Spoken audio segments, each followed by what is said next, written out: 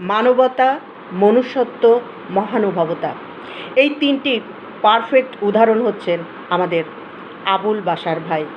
এ perfect gentleman, একজন মানবতার ফেরিওয়ালা আমাদের আবুল বাশার ভাই।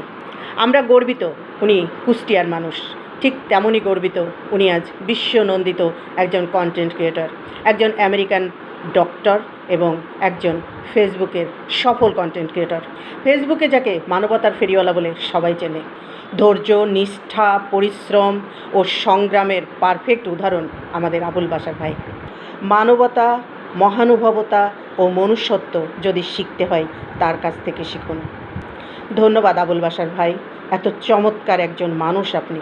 অনেক অনেক ভালোবাসা আপনার জন্য।